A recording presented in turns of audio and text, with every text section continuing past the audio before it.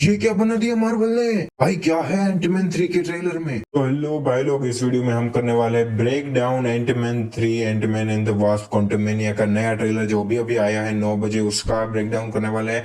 तो चलो वीडियो शुरू करते हैं। तो भाई ट्रेलर शुरू होते ही अपने को सबसे पहले कैंग द कॉन्करर की आवाज सुनने को मिलती है। You're an interesting man, Scott Lang. You're an Avenger. कि भाई you are interesting man Scott Lang, इसका मतलब स्कॉट लैंग को जानता है वो। उसने कहा कि यू आर एन एवेंजर, मतलब वो एवेंजर्स को भी जानता है, वो सब कुछ जानता है कि क्या चल रहा है यहाँ धरती पे, थैनोस कौन था और अब तक क्या हुआ, वो सब जानता है। उसको पूरी नॉलेज है उसकी फैमिली के बारे में, उसकी बेटी, उसकी बीवी, उसके पापा मम्मी, सबके बारे में। You have a daughter. और हाँ, स्कॉट लैंग की बेटी भी जेल में है। आई थिंक वो भी इसकी तरह ही कोई छोटा मोटा काम करके जेल में गई होगी और वो अभी बाहर भी आ रही है। मतलब कि स्कॉट लैंग की काफी नाम है भाई। और आई थिंक इसमें जो अभी कन्वर्सेशन चल रही है वो मूवी के बीच में कहीं पे आएगी, जब स्कॉट लैंग वहां पे जाएगा क्वांटम रियल में। और अपने कैंग भाई ने कहा तुमने बहुत सारा टाइम वेस्ट कर दिया, तुमने बहुत सारा टाइम गुआ दिया मेरी तरह। But you've lost a lot of time, like me.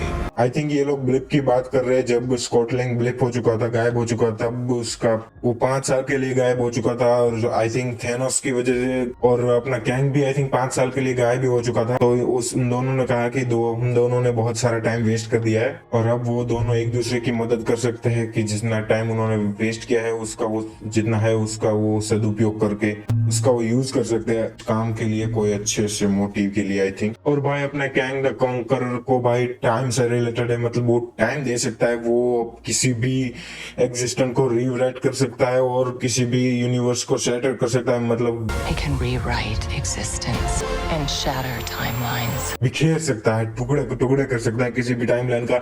मतलब वो आई थिंक वो ये करेगा कि वो कैंग को उस टाइमलाइन में भेज देगा जब वो गायब हुआ था, उससे पहले की टाइमलाइन, ताकि वो अपने परिवार के साथ रह सके पूरा टाइम, जो कि वो चाहता है शायद। और यहीं से वो अपनी डील फाइनल करेगा और यहीं से भाई कांड होना शुरू हो गए मूवी में। और भाई अपने कैंग की जो वर्ल्ड है, कैंग की जो डायनेस्टी, पूरा किंगडम है, वो तो भाई स्टार वॉर्स से भी बेहतर लग रहा है। मतलब गूज बम्प आ गए। और हाँ, अपनी जेनेट बहुत ज्यादा जानती है इसके बारे में, क्योंकि वो वहां पे काफी ज्यादा साल क्वांटम रेल में रही है, तो उसको सब पता है कि ये भाई एग्जिस्टेंस को रीराइट कर सकता है, किसी भी टाइमलाइन की माँ बहन कर सकता है। और ये वाला सीन तो बहुत ही ज्यादा अजीब था, जब एंटमैन के अंदर से दूसरा एंटमैन निकलता, दोनों एक तरफ देखते रहते। भाई ये सच में किसी की एग्जिस्टेंस को मिटा सकता है। और भाई अपने स्कॉट लैंग को फर्क नहीं पड़ता ये कौन बंदा है, क्या है, इससे बस एक चीज चाहिए, वो है उसका टाइम, उसे वापस अपने टाइम में जाना है।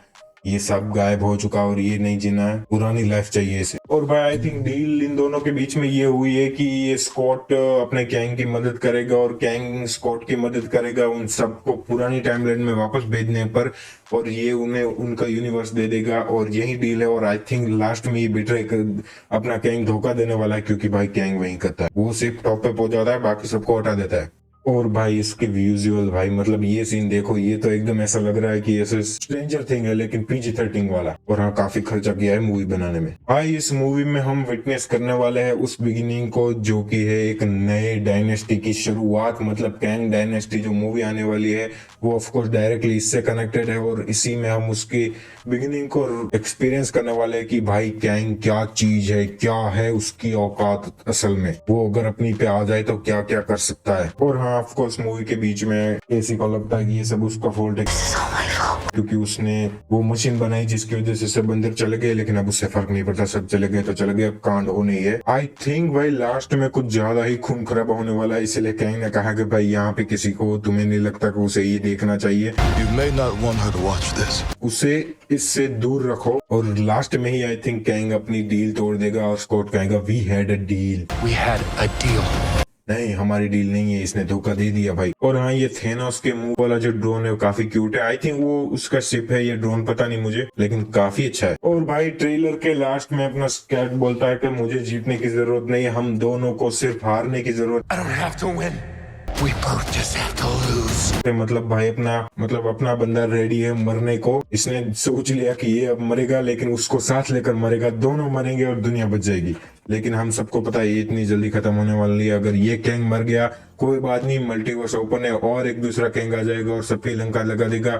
इसीलिए मुझे लगता है कि इसमें एंटमैन नहीं मरेगा, क्योंकि भाई वो ही जानता है सब कुछ असलियत कैंग के बारे में, और कोई तो होना चाहिए जो अवेंजर्स, जो कि टूटे फूटे अवेंजर्स बचे हैं, उनको बता पाए कि क्या आ रहा है दुनिया खत्म करने को। तो आई थिंक मुझे लगता नहीं कि कोई मरेगा इस मूवी में, लेकिन हाँ कैंग शायद ये वाला वर्जन मर जाएगा, लेकिन जो कैंग द कॉन्करर वाला टॉप वाला वेरिएंट है ये अभी भी हमें दिखा भी नहीं है, और ये आएगा Kang Avengers the Kang dynasty में। और भाई इसी के साथ लास्ट में एक कैंग का सीन जिसमें वो अपनी पावर्स को यूं करके दिखाता है, काफी अच्छा सीन था। और इसी के साथ ट्रेलर खत्म हो चुका है और ये 17 फरवरी को आ रही है, तो थिएटर में भूलना मत, देखने जाना भूलना मत। और वीडियो खत्म।